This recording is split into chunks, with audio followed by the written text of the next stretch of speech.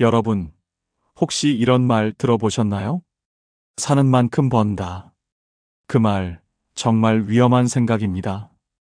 오늘도 오늘의 인생 수업을 찾아주신 여러분, 반갑습니다. 우리는 왜 돈이 없어 불안해하면서도 때로는 멈추지 못한 채 소비를 반복하게 될까요?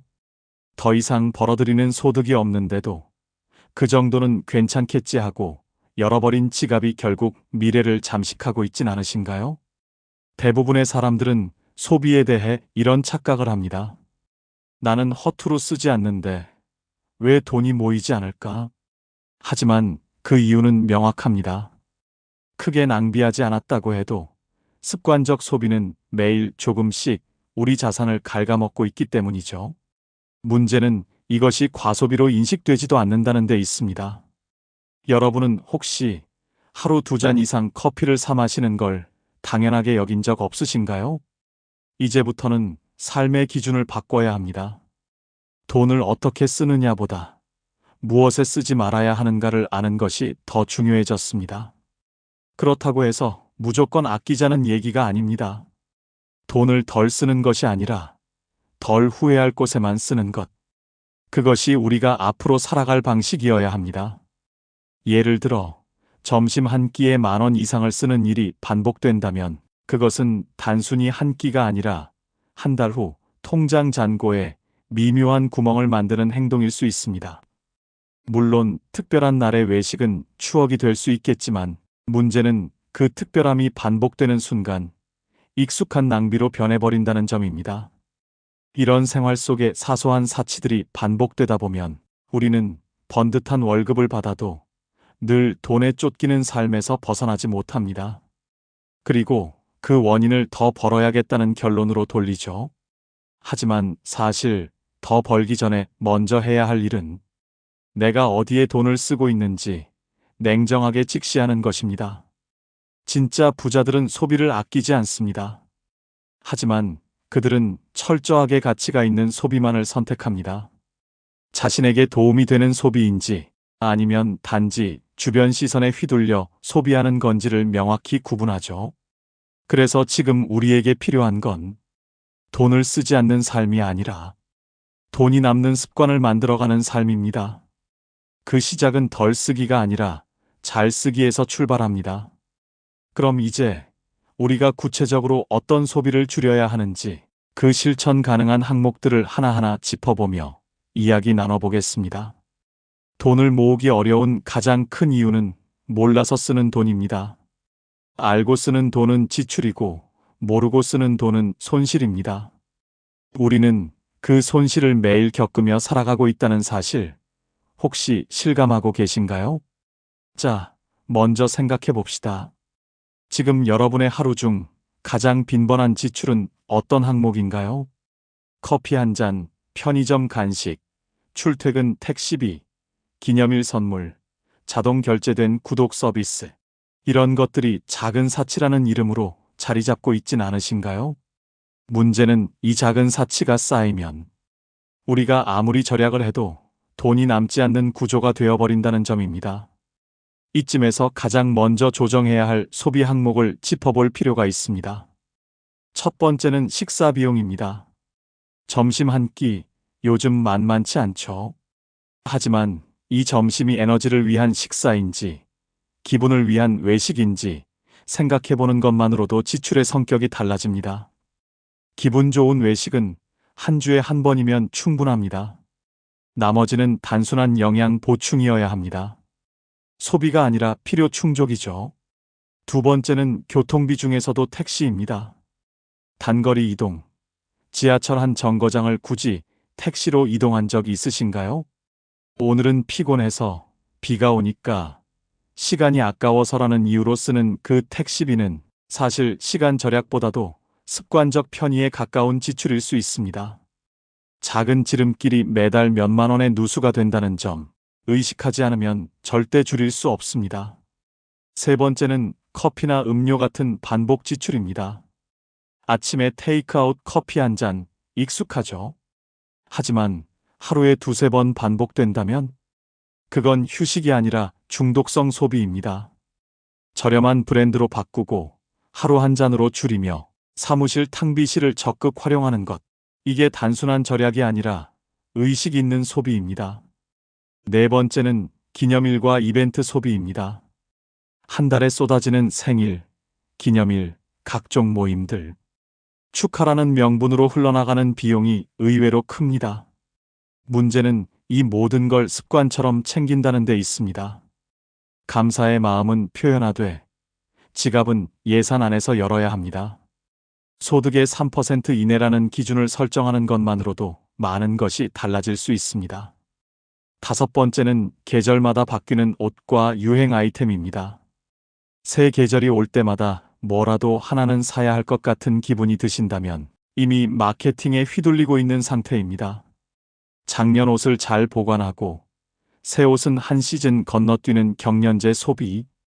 그것만으로도 옷장과 통장 모두 숨통이 트일 수 있습니다.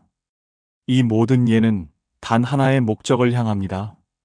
버는 것보다 덜 쓰는 삶을 가능하게 만들기 위한 습관의 교정. 절약은 결코 인색한 선택이 아닙니다. 미래의 나를 위한 투자입니다. 그리고 그 투자 수익률은 놀랍게도 돈을 버는 것보다 더 확실하다는 사실. 이제부터는 무의식적인 소비가 아니라 가치와 목적이 분명한 지출만 남겨두는 방향으로 우리가 삶을 정돈해갈 차례입니다. 사람들은 흔히 이렇게 말합니다. 요즘 같은 세상에 저축이 무슨 의미가 있나요? 물가는 계속 오르는데 모은 돈은 제자리인 것 같아요. 하지만 정작 물가보다 빠르게 줄어드는 건 우리의 의지입니다. 돈을 모아야 한다는 말은 누구나 압니다. 하지만 어떻게가 아닌 왜에 대한 확신이 없으면 그 결심은 한두 달을 넘기기 어렵습니다. 저축은 단순한 금액의 축적이 아닙니다. 그건 습관의 결과이자 선택의 축적입니다. 매달 통장에서 빠져나가는 10만 원, 남는 돈이 아닌 먼저 빼놓는 돈으로 전환할 때 비로소 의미가 생깁니다. 많은 사람들이 이렇게 말합니다. 남으면 저축해야지. 하지만 그런 사람들은 거의 예외 없이 한 달이 끝나고 나면 아무것도 남지 않는 삶을 반복하게 됩니다. 왜냐하면 소비는 남는 돈을 다 알아서 찾아가기 때문이죠. 저축을 잘하는 사람은 다릅니다. 쓰고 남은 돈을 저축하는 것이 아니라 저축하고 남은 돈으로 사는 것. 이 단순한 순서의 차이가 결국 몇 년 후 인생을 갈라놓습니다. 그리고 이 원칙은 소득의 많고 적음과는 전혀 상관이 없습니다. 월급 200만 원이든 400만 원이든 저축을 우선순위로 놓은 사람만이 다음 단계를 밟을 수 있습니다. 예를 들어 볼까요? 월급 240만 원을 받는 사회초년생이 매달 95만 원씩 저축한다고 가정해 봅시다. 말도 안 되는 금액 같지만 그중 70만 원을 정부 지원형 상품에 25만 원을 일반 적금으로 넣는다면 현실이 됩니다. 이 금액은 어느 날 갑자기 나오는 게 아닙니다. 불필요한 소비를 잘라내고 한 푼이라도 더 남기기 위한 생활 리듬을 만든 결과입니다. 여기서 중요한 건 액수가 아니라 그 사람이 저축을 바라보는 태도입니다. 소득이 낮기 때문에 모을 수 없다는 말은 사실 의지가 약하다는 변명에 가깝습니다. 같은 월급을 받아도 누구는 1억을 만들고 누구는 항상 통장 잔고가 비어있는 이유는 단 하나, 습관이 다르기 때문입니다. 그리고 놀랍게도 한번 그 습관이 자리를 잡으면 그 다음부터는 거대한 기계처럼 굴러가기 시작합니다. 비행기가 이륙할 때 가장 많은 연료를 쓰지만 상공에 도달하면 적은 에너지로도 멀리 날 수 있듯 저축도 처음 몇 년이 가장 힘듭니다. 하지만 일단 습관화의 고도에 올라서면 그때부터는 새로운 인생의 궤도가 열립니다. 그렇다면 우리에게 정말 필요한 것은 돈이 아니라 생활의 질서를 바로 세우는 기준 하나입니다. 저축은 단순히 돈을 아끼는 일이 아닙니다. 나 자신에게 보내는 신호입니다. 나는 미래를 포기하지 않겠다. 이 문장을 스스로에게 매달 보내는 신호. 그게 바로 저축입니다. 1억이라는 숫자, 참 커 보이죠? 특히 소득이 적은 사람에게는 그저 꿈처럼 느껴지기도 합니다. 하지만 그 1억은 언젠가의 결과가 아니라 지금부터의 선택으로 쌓이는 현실입니다. 여기서 중요한 건 기간이 아닙니다. 어떤 사람은 4년 만에, 어떤 사람은 7년에 그 목표를 달성합니다. 속도는 다를 수 있지만 가장 큰 차이는 시작하느냐, 시작하지 않느냐에서 갈립니다. 실제로 월 240만 원을 버는 사람이 95만 원을 매달 저축하면 1년이면 1140만 원, 7년이면 1억을 넘게 모을 수 있다는 계산 알고 계셨나요? 많은 분들이 그건 말이 안 돼요 라고 말하지만 실제로 그걸 해낸 사람들도 있습니다. 그들은 마법을 부린 게 아닙니다. 단지 마음먹은 걸 포기하지 않았을 뿐이죠. 그렇다면 이런 질문이 나올 수 있습니다. 그렇게 아끼고 살아야만 하나요? 하지만 반대로 묻고 싶습니다. 아끼지 않고 지금처럼 살았을 때 5년 후의 삶은 지금보다 더 나아져 있을까요? 돈을 모은다는 건 단순히 숫자를 늘리는 일이 아닙니다. 삶의 주도권을 스스로 되찾는 일입니다. 대부분의 사람들은 내가 원하는 삶을 살아간다고 생각하지만 실제로는 내가 감당 가능한 삶 안에서 맴돌고 있죠. 그 경계를 넓히는 가장 현실적인 방법이 바로 자산 형성입니다. 그리고 그 첫 번째 이정표가 1억입니다. 이 숫자가 가지는 상징은 단순한 금액을 넘습니다. 1억이 있는 사람은 삶을 설계할 수 있고 없는 사람은 늘 상황에 끌려갑니다. 작은 사고에도 무너지고 기회가 와도 잡을 수 없는 이유는 바로 버텨낼 힘이 없기 때문입니다.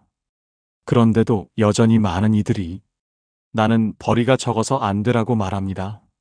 하지만 실상은 그보다 더 깊은 문제, 될 리 없다고 믿는 마음이 발목을 잡습니다. 1억은 그런 사람에게 절대 오지 않습니다. 반면 시간이 걸리더라도 나는 해내겠다는 사람에게는 놀랍도록 계획적인 하루가 생기고 우선순위가 분명한 소비 습관이 생기며 통장을 보는 눈빛부터 달라집니다. 그리고 그 사람에게는 돈보다 더 귀한 자산이 하나씩 쌓입니다. 바로 자신감입니다. 목표를 향해 스스로를 이끈 경험은 그 어떤 투자 수익보다 더 강력한 힘이 되어줍니다. 혹시 지금 나는 정말 그걸 할 수 있을까? 하고 고민되시나요? 그렇다면 이렇게 생각해 보세요. 지금 시작하지 않으면 앞으로의 삶이 어떤 방향으로 흘러갈지는 이미 결정된 셈입니다. 하지만 오늘 단 10,000원이라도 미래의 나를 위해 움직인다면 그 선택이 바로 다른 결과의 출발점이 됩니다. 많은 부모가 이렇게 말합니다. 우리 아이 결혼할 때는 꼭 도와줘야지. 지금이 제일 힘들 텐데 이 정도는 내가 해줘야 하지 않을까. 하지만 그 결정이 부모의 노후를 무너뜨리고 결국은 자녀의 미래까지 흔들리게 만든다면 그건 정말 돕는 일이 맞을까요? 부모가 자녀에게 부담이 되지 않는 삶. 이것은 이제 단순한 바람이 아니라 현실적인 생존 전략이 되었습니다. 노후 준비를 하지 않은 채 결혼자금, 주택자금, 생활비까지 감당한 부모들은 결국 자녀에게 다시 손을 벌릴 수밖에 없는 구조에 놓입니다. 그리고 그 순간부터 자녀의 삶은 고스란히 부양의 의무라는 그림자에 갇히게 됩니다. 우리가 간과하는 것이 하나 있습니다. 자녀의 결혼에 도움을 주는 것도 좋지만 그로 인해 부모가 경제적 독립을 상실하면 그 결혼 생활도 결코 자유로울 수 없다는 점입니다. 요즘 결혼 시장에는 5가지 스펙이 있다고 하죠. 직업, 연봉, 학벌, 외모, 그리고 마지막은 부모의 재정 상황입니다. 예전에는 부모의 재산이 얼마나 남았는지를 봤지만 이제는 부모가 자립 가능한 노후를 준비했는가가 결혼 상대를 평가하는 기준이 되고 있습니다. 그렇다면 자녀에게 진짜 도움이 되는 길은 뭘까요? 바로 부모가 스스로의 삶을 안정되게 유지하는 것입니다. 지금 당장은 결혼 자금 몇 천만 원을 지원하지 못해 미안할 수 있지만 10년 후 그 자녀가 우리 부모님은 나에게 부담을 주지 않아서 참 다행이야 라고 말한다면 그건 부모로서 최고의 선물이 아닐까요? 반대로 생각해 봅시다. 자녀 결혼에 5천만 원을 썼고 그로 인해 부모는 남은 노후에 매달 생활비 걱정을 하게 됐습니다. 그 부담은 결국 누구에게 돌아가나요? 결국 그 자녀에게 부양이라는 또 다른 책임으로 돌아옵니다. 지금 도와준다고 생각한 일이 오히려 자녀의 자유를 빼앗는 결정이 되는 거죠. 그리고 여기서 꼭 기억해야 할 게 하나 있습니다. 노후는 결코 자산의 총액으로 유지되지 않는다는 점입니다. 중요한 건 그 자산에서 발생하는 안정적인 현금 흐름입니다. 예를 들어 5억을 가지고 은퇴하더라도 매달 쓰는 생활비가 감당 안 되면 그 5억은 순식간에 사라질 수 있습니다. 따라서 지금 자녀를 돕기 위한 선택이 부모 자신의 소득, 생활비, 주거비, 건강 유지에 어떤 영향을 미치는지를 반드시 먼저 계산해 봐야 합니다. 그리고 그 결과가 무리한 희생이라면 그 도움은 결국 아무에게도 득이 되지 않습니다. 누구보다 자녀를 사랑하는 마음 이해합니다. 하지만 진짜 사랑이란 당장의 도와줌보다 미래의 짐이 되지 않는 것이라는 걸 우리는 기억해야 합니다. 노후를 준비한다는 건 단순히 돈을 모으는 게 아닙니다. 어떻게 살아갈 것인지의 선택을 미리 시작하는 일이죠. 그 중에서도 가장 중요한 전략이 바로 저속 은퇴, 다시 말해 천천히 은퇴하는 삶입니다. 많은 사람들이 이렇게 생각합니다. 60세쯤 은퇴하고 그 다음엔 편하게 쉬면서 살아야지. 하지만 현실은 다릅니다. 아무리 많은 자산을 갖고 있어도 갑자기 모든 사회 활동을 멈추고 나면 삶의 흐름은 무너지고 생활비는 빠르게 줄어들며 마음엔 허무함이 찾아오기 시작합니다. 그래서 등장한 개념이 저속 은퇴입니다. 완전히 일을 멈추는 것이 아니라 일의 강도를 줄이고 시간을 분산하여 75세까지 사회적 역할을 유지하는 삶이죠. 여기서 핵심은 돈이 되는 일이 아니라 의미가 있는 일을 찾는 데 있습니다. 그리고 그 의미는 반드시 거창하지 않아도 됩니다. 작은 수입이라도 누군가에게 도움이 되고 내가 보람을 느낀다면 그것이 바로 저속 은퇴의 핵심이 됩니다. 예를 들어 평생 회사원으로 일하다 은퇴한 60대가 동네 도서관에서 일주일에 2번 책을 정리하거나 지역 커뮤니티에서 강의를 하거나 아이들을 위한 교육 봉사 활동을 한다면 그건 분명히 소득보다 더 값진 사회적 에너지를 유지하는 방식입니다. 그렇게 일주일에 단 2, 3일이라도 어딘가에서 나를 기다리는 곳이 있다면 그 사람은 일주일 내내 여가를 보내는 이보다 훨씬 더 건강하고 덜 외롭고 재정적 지출 또한 자연스럽게 줄어들게 됩니다. 왜냐하면 쉴 틈 없이 소비하는 시간이 줄어들기 때문입니다. 많은 사람들이 은퇴 후 생활비가 줄어들 거라고 생각하지만 실제로는 그 반대입니다. 쉴 수 있는 날이 많아질수록 소비는 늘어나고 외식과 여가, 병원비는 예상을 훌쩍 넘기기 마련입니다. 결국 조금이라도 일하는 노후가 소비를 막고 삶의 의미를 유지하는 가장 현실적인 방법이 됩니다. 저속 은퇴는 우리 삶의 2가지를 지켜줍니다. 첫째는 재정적인 안정, 둘째는 정서적인 건강입니다. 그리고 이 2가지는 어느 하나라도 무너지면 삶의 균형을 유지하기 어려워집니다. 그렇다면 지금 우리가 해야 할 일은 분명해집니다. 지금의 직업이 언제까지 지속 가능한지 스스로에게 묻고 그 이후에 내가 하고 싶은 일, 할 수 있는 일을 하나씩 찾아보고 준비해 나가는 것. 그게 바로 노후를 위한 가장 효과적인 훈련입니다. 지금부터라도 생각해 보세요. 내가 65세, 70세가 되었을 때 사람들과 연결되어 있을 수 있는 작은 일은 무엇일까? 그 질문이 여러분의 노후를 완전히 다른 방향으로 이끌어 줄 것입니다. 우리는 나이가 들수록 더 유연해져야 한다고 말합니다. 하지만 진짜 필요한 건 유연함 속의 단단함입니다. 흔들리는 시대 속에서도 자신만의 기준과 질서를 지켜내는 사람들, 그들이 바로 인생 후반을 안정적으로 살아가는 사람들입니다. 이제 우리는 알게 되었습니다. 돈은 많을수록 좋은 게 아니라 잘 다스릴수록 편안한 것이라는 사실을요. 무작정 아끼는 것이 아니라, 덜 후회할 소비를 선택하고 무턱대고 모으는 것이 아니라, 지속 가능한 습관으로 자산을 관리하고 억지로 일하는 것이 아니라, 삶의 의미를 지켜주는 일과 연결되어 있는 것, 그것이 바로 나이 들수록 단단해지는 삶의 원칙입니다. 자산이 많아야만 여유로워지는 건 아닙니다. 진짜 여유는 오늘 써도 불안하지 않은 마음, 다음 달이 두렵지 않은 생활 구조에서 옵니다. 그 마음을 만들기 위해서는 지금 이 순간부터 작은 실천이 필요합니다. 오늘 하루 굳이 필요하지 않았던 커피 한 잔을 줄이고 편의를 위한 택시 대신 한 정거장을 걸으며 소중한 사람과의 만남에 과도한 허례보다 따뜻한 마음을 담는 것. 이 모든 것이 바로 미래의 나를 단단하게 만드는 저축입니다. 그리고 무엇보다 중요한 건 자신의 삶을 남과 비교하지 않는 태도입니다. 누구는 아파트를 샀고, 누구는 외제차를 몰며, 누구는 화려한 삶을 살아가는 것 같아도 그 속 사정은 아무도 모릅니다. 남의 속도에 맞춰 내 삶의 페달을 밟다 보면 방향도 균형도 잃게 되죠. 그러니 이제부터는 내 속도, 내 기준, 내 방식으로 천천히 그러나 단단하게 가면 됩니다. 오늘의 인생 수업이 여러분께 작지만 중요한 전환점이 되었길 바랍니다.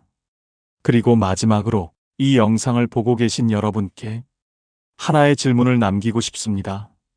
당신은 지금 미래의 당신에게 어떤 선물을 남기고 계신가요?